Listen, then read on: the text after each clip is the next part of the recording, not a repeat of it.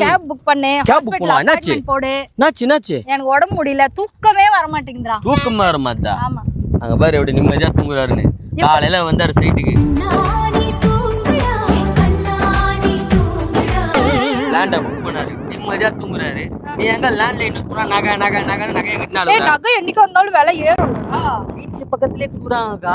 உங்க அப்பா கொடுப்பா இல்ல எங்க அப்பா கொடுப்பா? எங்க அப்பா எல்லாம் குடுக்கல, தனி ஏஜென்ட்ல குடுக்குறாங்க. ஒரு ஸ்கொயர் ஃபீட் வெறும் 575 ரூபாய்க்கு குடுக்குறாங்க. வா இந்த சைட்ல உனக்கு எது வேணுமோ சொல்லு. ஒரு ஸ்கொயர் ஃபீட் வெறும் 575 ரூபாய்க்கு 600 ஸ்கொயர் ஃபீட் வாங்குறேன்னு 3,45,000 ரூபாய். கரெக்டா?